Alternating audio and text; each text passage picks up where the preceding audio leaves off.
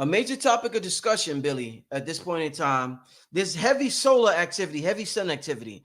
A lot of Mhm. people talk about, we got this Egyptian god Aten with a light rays is coming out. I think he got his hands out now. Light rays is coming at him.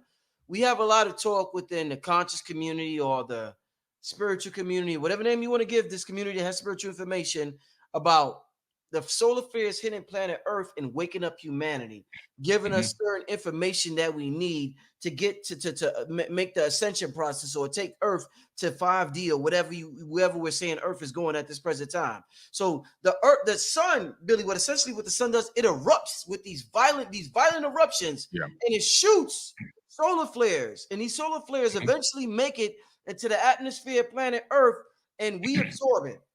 My Yeah. question to you is, now that's the sun that we see in the cosmos. Now, according to text, we have a sun up there and we have something called the inner sun within Mhm. the earth. My question to you is, if the outer sun is doing that, shooting solar flares out toward earth, and it's as above, so below, isn't it only it has to happen that the inner earth sun does the same thing. Therefore, we see these volcanoes in Iceland that's erupting. My question to you, Billy, this is my question to you. My question to you. If the earth is emitting solar flares, if the sun is emitting solar flares toward the earth, is what we see with from volcanic activity, is this the inner earth emit its solar flares toward us to the earth from the inner earth? So we got the outer earth, we got the outer sun shooting at us, and we got the inner sun shooting at us through volcanoes. Would volcano eruption be the equivalent of solar flare eruption on the sun, Billy Carson? Well, that's a good question. I have a more, because I studied this stuff. Yes. So the sun itself, it emits something called a CME. That's a coronal mass ejection, Yes. right? These are these supermassive solar flares, and these solar flares can really wreak havoc on the planet. Actually, I mean, not too many years ago, not too many decades ago, it knocked out our entire telegraph system. Back then, we used to use the telegraph for communications. If we had our current power grid, the entire power grid would have went down, and there would have been chaos on the planet. Right. However, these solar flares coming from the sun, the ones that kind of hit our electromagnetic field and it kind of bends it around these supercharged particles, some of them do make their way down to the ground, and then that radiation, some of them too do enter us and begin to affect our DNA.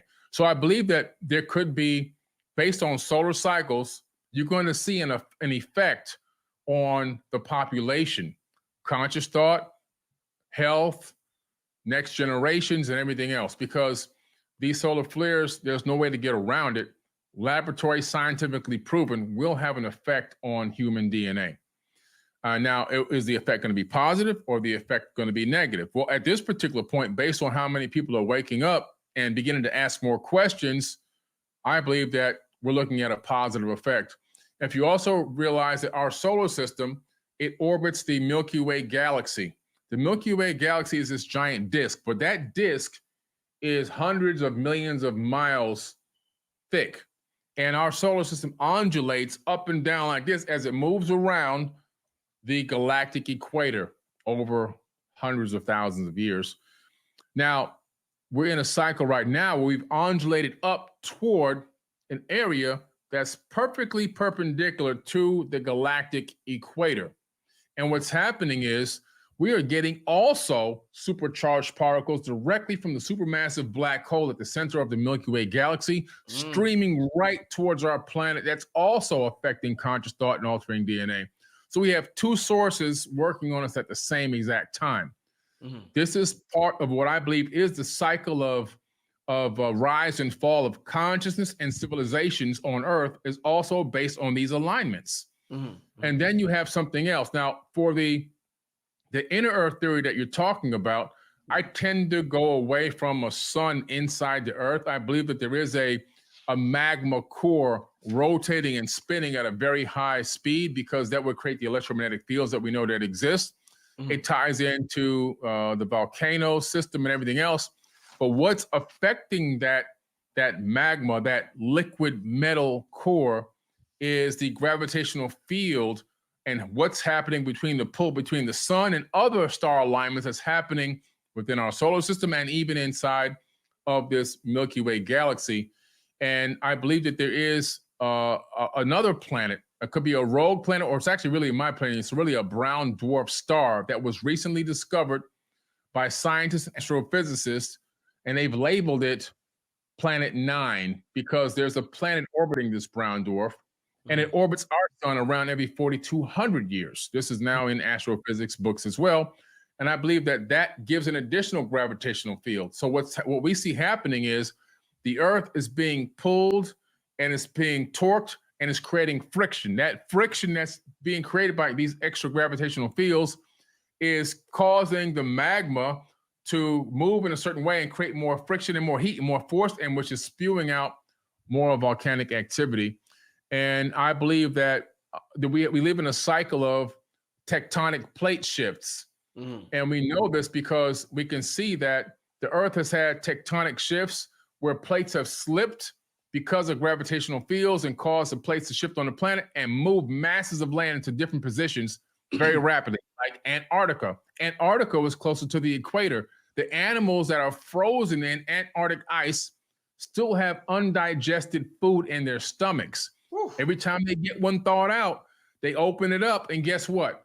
Fresh food in the stomach. Now think about that, Rich. How in the world can a mastodon or some type of a mammoth or whatever it is have fresh, undigested food if it was in an area where it was more the climate was more favorable for life for them, and then it moved at a very rapid pace, and they almost were flash frozen within hours. That's the only way to get that many animals with undigested food. So we know that Antarctica was in a different position, and it shifted into that position very rapidly, which would also create a global flood.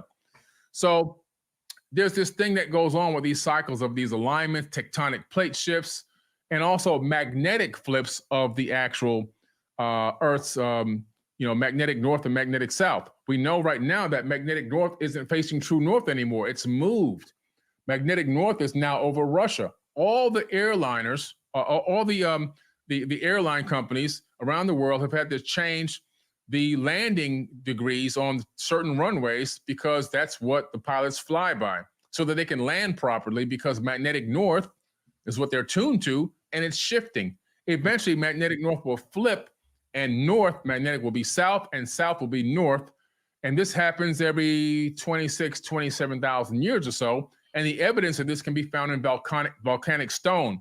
We can go to volcanic stone and we can discover the magnetic field, and we can even discover how long ago it was flipped into a different position. And we know that we're heading towards another magnetic flip of magnetic north to south. So there's all these factors that are going on all at once right now. By Compendium of the Emerald Tablets by Billy Carson.